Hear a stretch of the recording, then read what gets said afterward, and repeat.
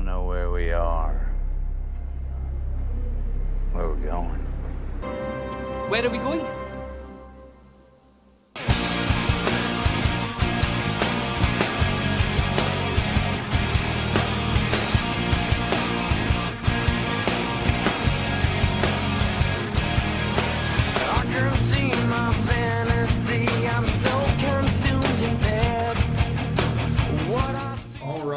Welcome back, everyone, to Nerdtown USA. As always, I'm your host, Lance Hardwood.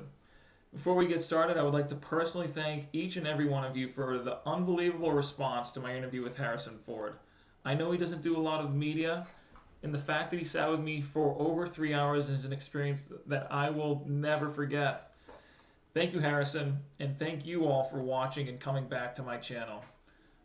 For us nerds, it's been a crazy few weeks for us with X-Men 97, The Bad Batch, and of course Invincible, with the earth-shattering news that yes, the live-action movie for Universal is still happening, and they found their Omni-Man. You were shocked, I was shocked, and the entire world was shocked that Jason Lang will be gracing our screens as Nolan Grayson. Jason recently finished filming the live-action Shrek movie and is currently in Atlanta shooting Superman, where he has a supporting role. I reached out to Jason since he is an old friend of the show, and yes, he's here on Nerdtown USA. Give it up for Omni-Man himself, Jason Lang. Jason, how are you? Lance, I am doing fantastic, and I'm glad to be here back on Nerdtown. We will always be happy to have you for however long you can stay. So, Jason. So, Lance. How did this happen? I mean, we knew that Universal was doing an Invincible movie, but we virtually heard nothing about it since it was announced 7 years ago. Recently, J.K. Simmons said that he'd like Hugh Jackman for the role of Omni-Man, and then all of a sudden, it's you. How did that come about? So it was actually a pretty quick process. With Shrek, it was about like 2 years from my first self-tape to when I actually got cast and was brought on. But with this, the pool of actors to choose from was so small, so I think it was about like a 4-month process overall.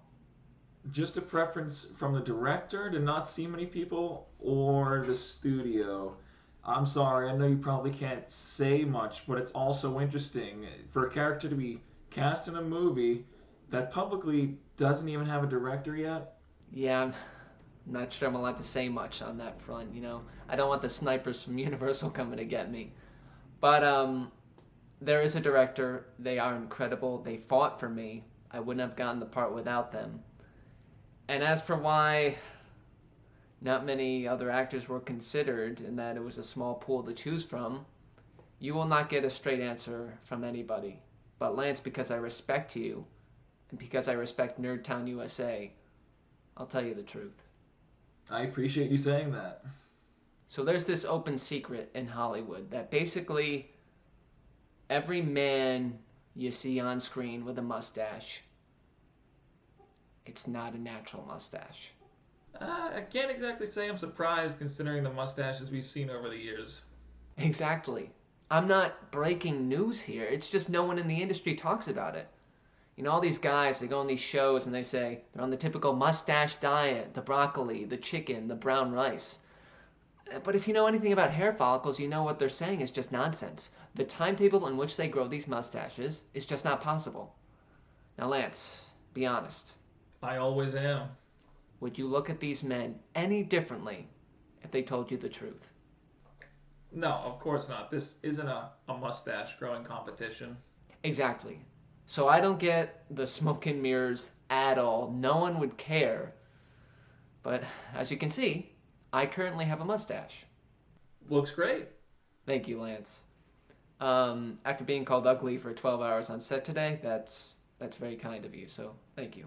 But I've been growing a mustache since 8th grade, and I'm just genetically gifted to grow one. So when the director said all male Viltrumites, where Omni-Man's from, have to have a natural mustache, we can show their strength and their speed through effects, but the reality is any actor coming onto a set portraying a Viltrumite needs to have that realism of a real mustache. So right then and there, the list of actors who were going to be Nolan Grayson, who could possibly be Nolan Grayson, went down to 9. 9? 9. Not all names either, There was 2 guys who had no credits before, and that was nice to see because that was me a year ago with Shrek. I was in a room with all these names around me, and everyone's like, what the hell is that kid doing here?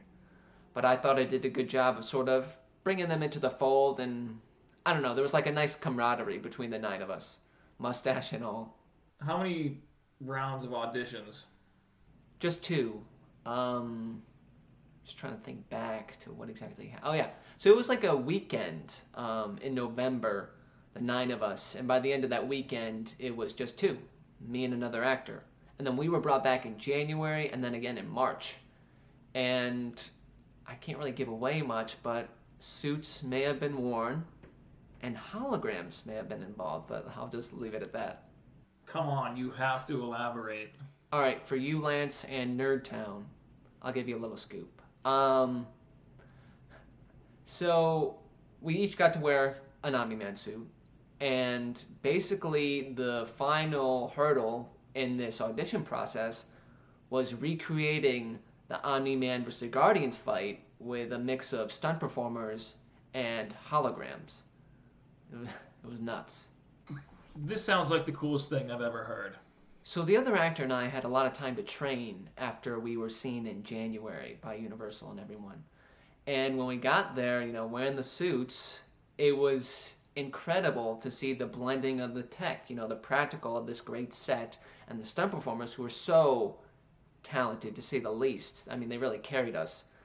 And then the mix with like the holograms in terms of seeing, basically, I mean, we saw, whether you read the comics or the animation, that fight, it was like it was real. It was like me and him were Omni-Man in that moment.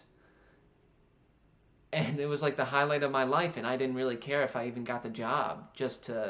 That experience alone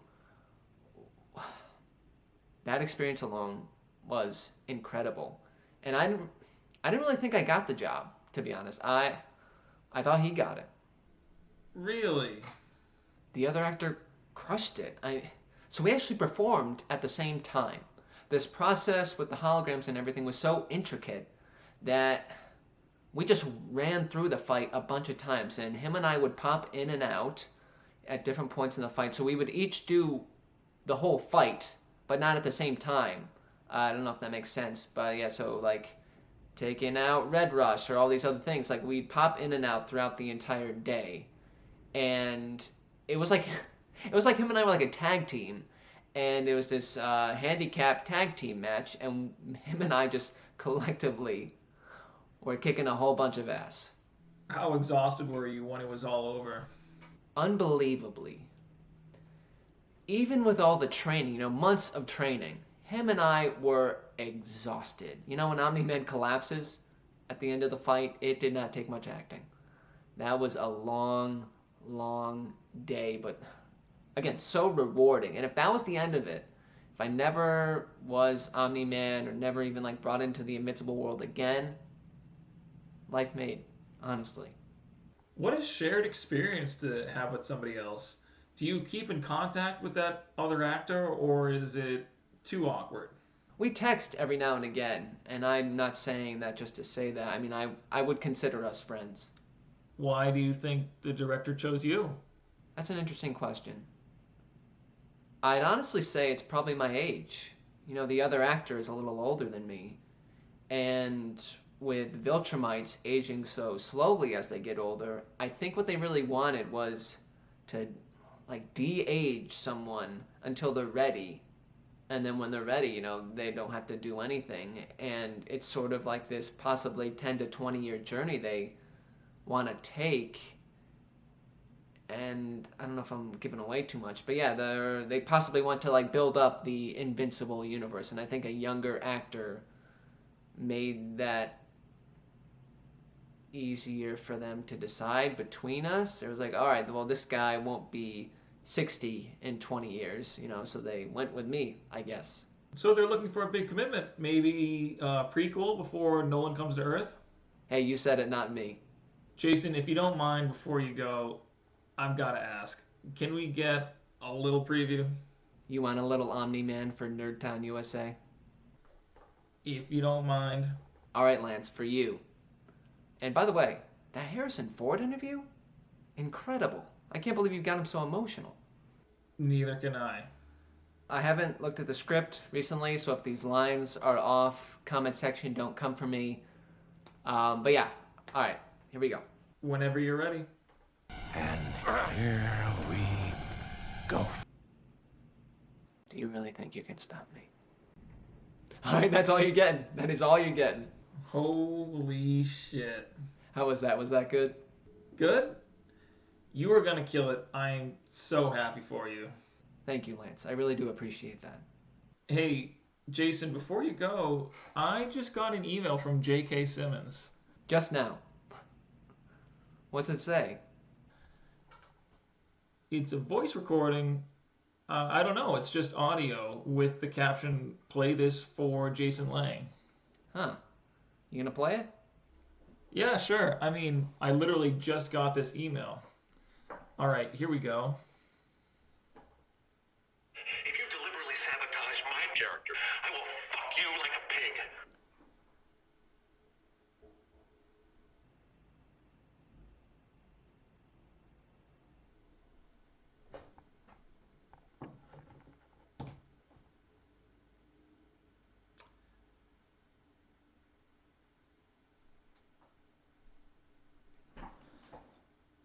Well, I would like to thank my guest, Jason Lang, for stopping by. And be sure to look for him next year in Shrek and Superman, along with the live-action Invincible at some point in the future. Be sure to stop by this Friday for Nerdtown Book Club when the incredible and always kind Emma Watson makes her 15th appearance. Take care, everyone.